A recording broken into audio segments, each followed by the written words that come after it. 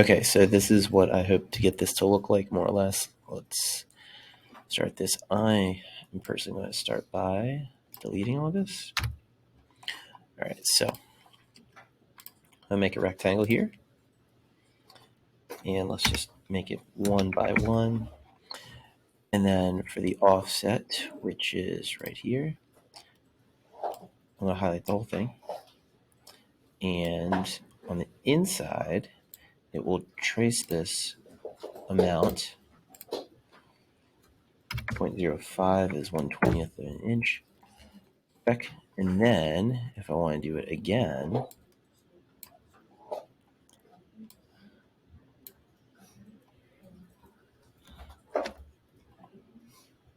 can only have, oh yeah. So it gets a little more tricky because I have to select one at a time. Try this the other way. And let's do 0.05 again. It's 1/20th of an inch. So basically everything here is parallel and the exact same distance apart. Now it is a parallel. You can also do this with circles. You can do it inside or outside. Circles are actually a little easier to deal with because you only have to click once. I'll show you. So I can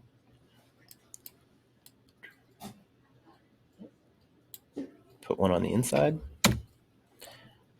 0.05, and then I can come back again if I'm still in the offset mode and put one on the outside. Click 0.05.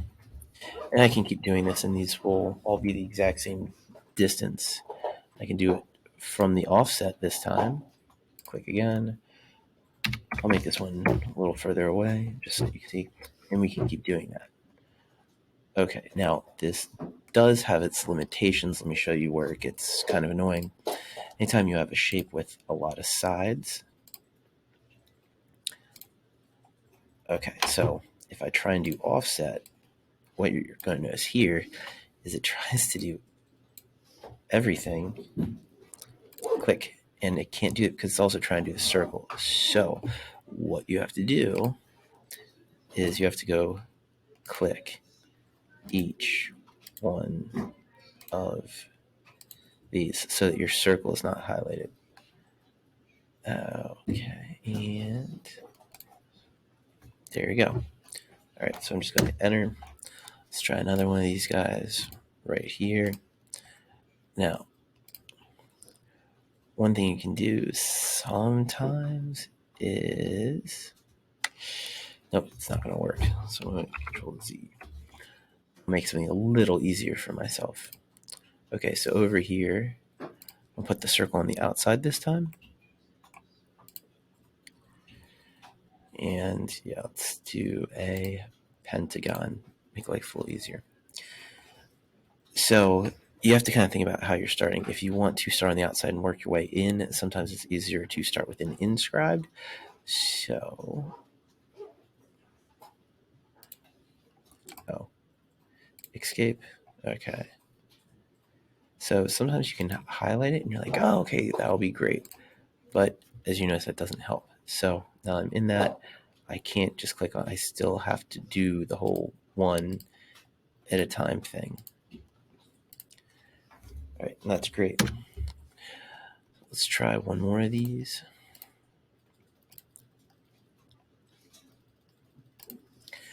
Okay, escape. Now offset. If I draw a box around it, let's see if this works. I should be able to. 1, 2, 3.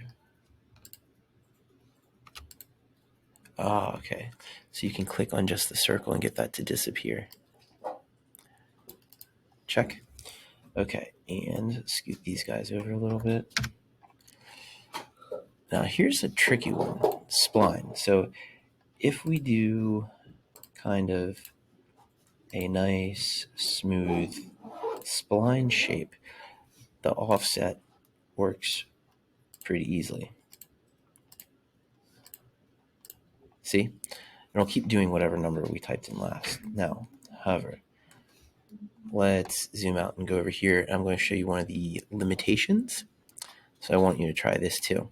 So if I take these guys and I make a series of sharp turns, the offset is not going to like this. So see if you can even get this to offset when you do something with some sharp turns. See, it doesn't like it. It won't let you go inside or outside at all, not even a little bit. See, it just shows up as red. Okay, so at this point, I want you to have an offset that fails, a spline that fails the offset, and a spline that works with the offset. Okay, you can see the dots on there, so I know you've gone outside. So let's also do at least one inside. See if it works. Oh, I'm not in the command. I need to get in the command.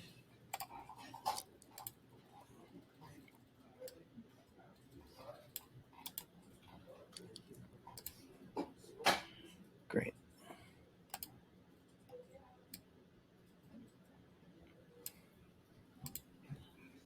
All right. Perfect. All right. So you should have a square, a circle, some inscribed and circumscribed. So outside, outside, and inside. Then one spline that works and one spline that fails. You can even, if your screenshot's going to be a little better, maybe move that a little closer if you want to. You don't have to. But okay, take a screenshot. Alt.